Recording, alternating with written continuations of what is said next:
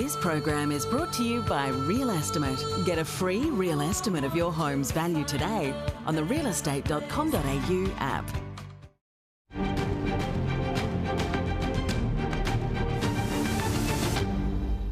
It's great to have your company here on Business Now. Well, let's take you around the country and look at the weekend housing markets nationally. 1,530 auctions and just under 58% of them were sold.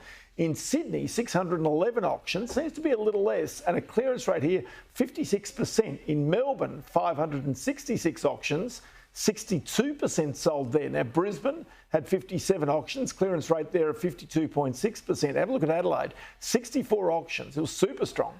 82.8% of them sold.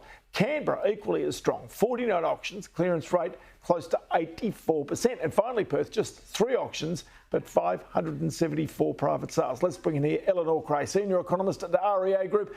Eleanor, what's happening here? Is that starting to ease off a little bit? Because it sort of plays into where investors go and where rents are going right now as well, doesn't it?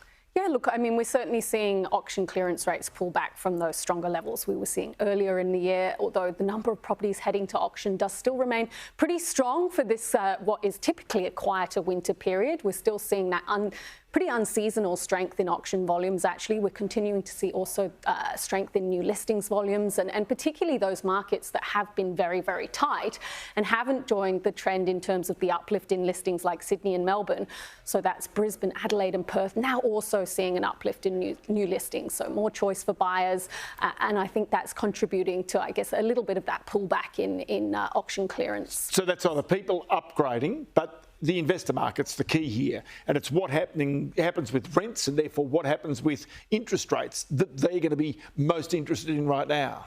Yes, certainly crucial to see what's going on in terms of investor activity at the moment. We know that the strength in new lending to investors has continued to increase. It's up around 20% over the past year, or a little over 20% over the past year. And we're seeing that effect really flow into rental markets at the moment. So in most capital city markets, we're seeing that the pace of rental price growth is slowing, or in fact, in some markets is beginning to pull back. We're also seeing that vacancy rates have stabilised, have also increased over the past quarter in most capital cities as well. So really signalling that potentially the worst of the rental crisis is behind us. Good news for tenants. How did that happen though? Because there's not demonstrably more homes that have been built to take it. Yes, maybe at the margin immigration is down a little, but those people are already here. So the demand. So I'm kind of trying to get my head around how could have that rental crisis come to an end so rapidly? What's happened?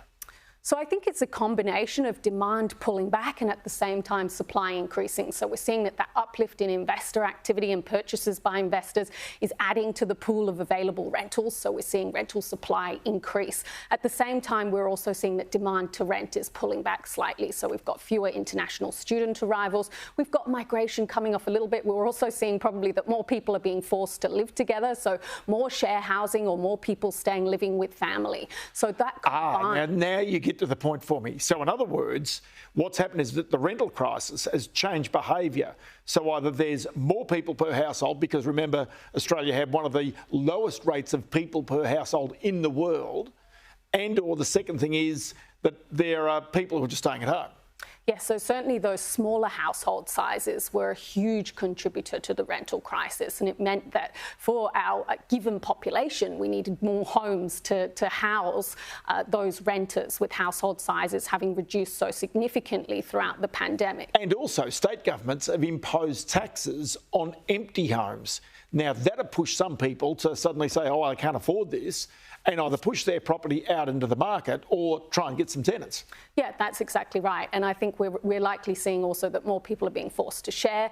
It's probably that affordability ceiling kicking in terms of the rental market as well. So we're actually seeing that in a number of suburbs, particularly across Sydney, Brisbane and Canberra. So more than half of suburbs are now seeing that rental price growth is either going backwards or rents have remained flat over the past quarter, which is certainly good news for tenants. So in suburbs in Sydney's north and east, for example, we're seeing in dollar terms that rents have pulled back by around $150 in some suburbs. That's just quite incredible. Eleanor Creagh, we'll come back and do that in a bit more depth in the near future, but many thanks for your time today. Thank you for having me. Eleanor Creagh.